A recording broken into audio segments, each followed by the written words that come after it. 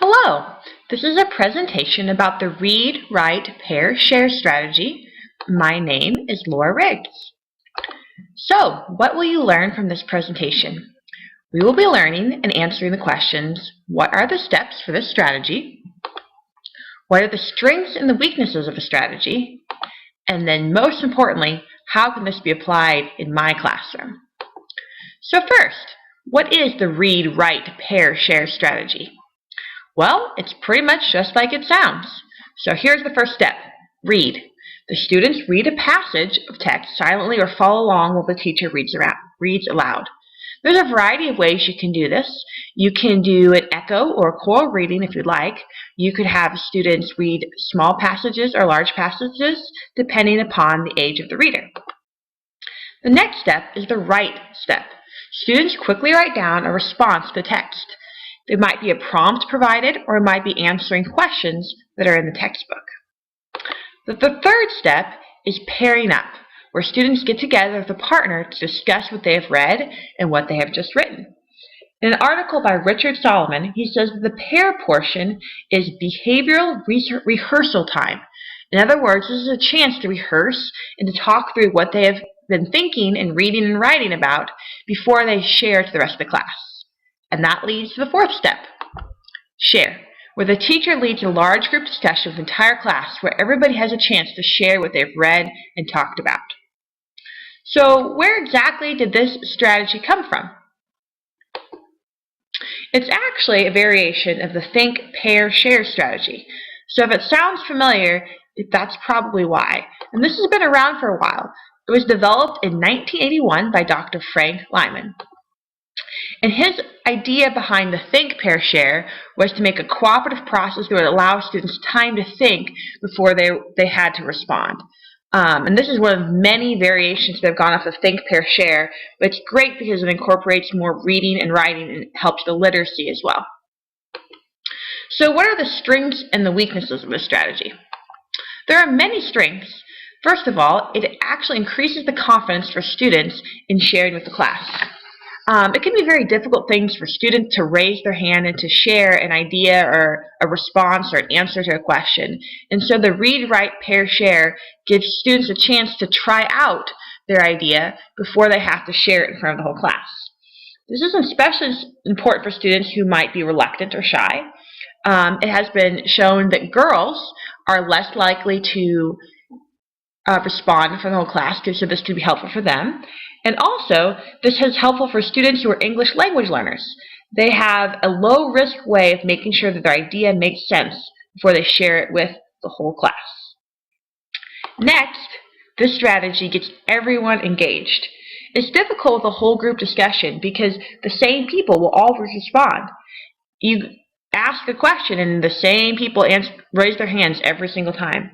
So with this strategy, even if you don't get a chance to call on every student, you know that each student has had time to engage in the material and to verbally process what they've read with someone else. Next, the read, write, pair, share strategy helps with classroom management. It is a defined structure for how to relate with peers. For example, if you say, read this and then go talk about it with somebody, that doesn't provide enough guidance for students to know what they're doing correctly. And so this strategy can actually give a very good way to manage your classroom. And finally, the read, write, pair strategy can be used with almost any subject, with almost any text. It's very flexible, and as I'm going to show you later, there's a lot of creativity you can use when incorporating this into your classroom. With every strategy, there are weaknesses or places where there might be a weakness. One large one is that you could have too many transitions and move too quickly for students. This is often tempting for teachers because we like to fit things in to a short amount of time. An article called The Effective Strategies for Engaging Adult Learners in the Journal of College Teaching and Learning said that one of the most important parts of using a strategy is to give students ample time to write and to share. It's hard not to rush, but you actually have to give students time to write and to pair up before you share if you want it to work appropriately. The second weakness is it might be kind of hard to see what everyone is doing at once. There is a possibility that students will get off task, and this can be difficult for teachers who like to have a lot of control in their classroom. However, you can walk between groups and monitor what they are doing. So, the important question, how can this be used in my classroom? I'm going to break it down and talk about different ideas for each of the 4 components of a strategy. These could be mixed and matched for almost any subject and any text. I didn't want to just give you math examples, which is my subject, because I figured they wouldn't be as helpful for everybody. So first, ideas for the read portion. First, you could read a brand new passage they have never encountered before. This is a great activity for when you're reading something brand new or something perhaps difficult, say in a science book or a math textbook, because it gives students an opportunity to process what they have read with someone else.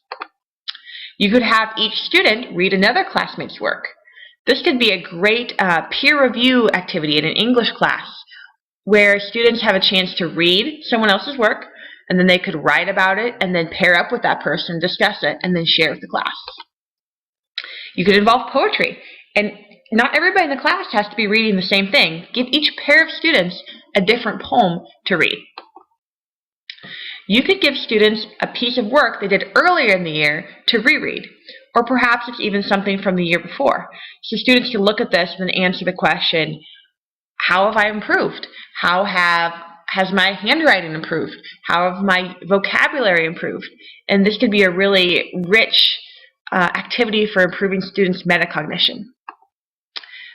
Actually, I have also, in a math classroom, I have done this before, and I've given students their own work where they have done incorrect math steps and then give it to them a couple months later to show them how much they've learned, and they really get excited by seeing this again. You could also read a section of the textbook. Often textbooks have questions at the end which would lead itself well for the writing portion. And you could even print off an article from the internet. You could use computers if everybody has a computer available, but it's more likely you just have to print it off. And finally, you allow students a choice from different passages or texts. Students love to have a choice between what they do. It's not everybody has to be reading the same thing for the read, write, share, pair, share strategy. How can this be used in my classroom for the write portion? Give students whiteboards to write on. They love doing something that doesn't involve pencil and paper. It still gives them an opportunity to write. Perhaps you could write specific questions or prompts on the board. This might be better for students who are struggling to just write with no direction. Or you get creative. Have students write a letter back to the author. Dear so-and-so, I really liked how you did this, but I was really confused when you said this. I wonder if you meant blank. This could really allow students to use their creativity and also interact with the text. Allow students to complete this portion at home, perhaps. Then students can have more time to write and they might not feel rushed. This could especially be important for students who have an IEP where extended time is going to be an issue.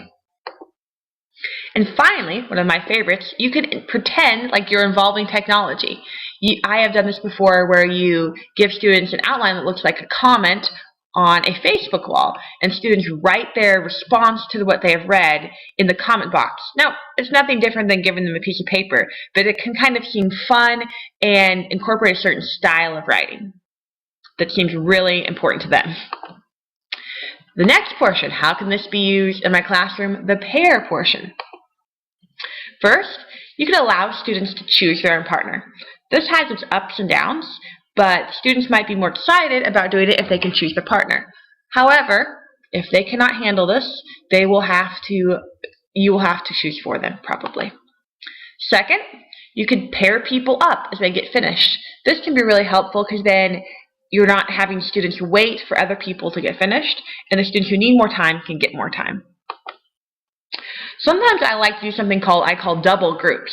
So you have your pairs, they're all sharing together, and then you pair up one pair with another pair, so there's a group of 4, and each pair shares with each other. This could be an extra step of sharing before you get to the whole group sharing that will allow students to make sure they're comfortable and to get even more ideas. You can assign students in pairs ahead of time. This can be really helpful if you have certain students you know work well together or certain students you know don't work well together. You can also use various grouping techniques to pair students up. For example, have them draw a playing card and match up the same number. You could have them line up in order of their birthday and then pair them off from there. You could just pair them up by who they're sitting by. There's a variety of grouping techniques, but teachers have many creative ones, and you can pair students up like that. And then finally, the share part. So ideas for the share portion.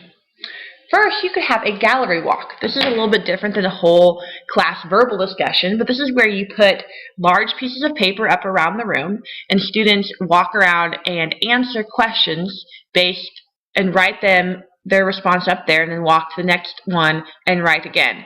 Then the teacher can read these aloud. This is a little bit, you could combine this with some of the other portions of the read, write, pair, share.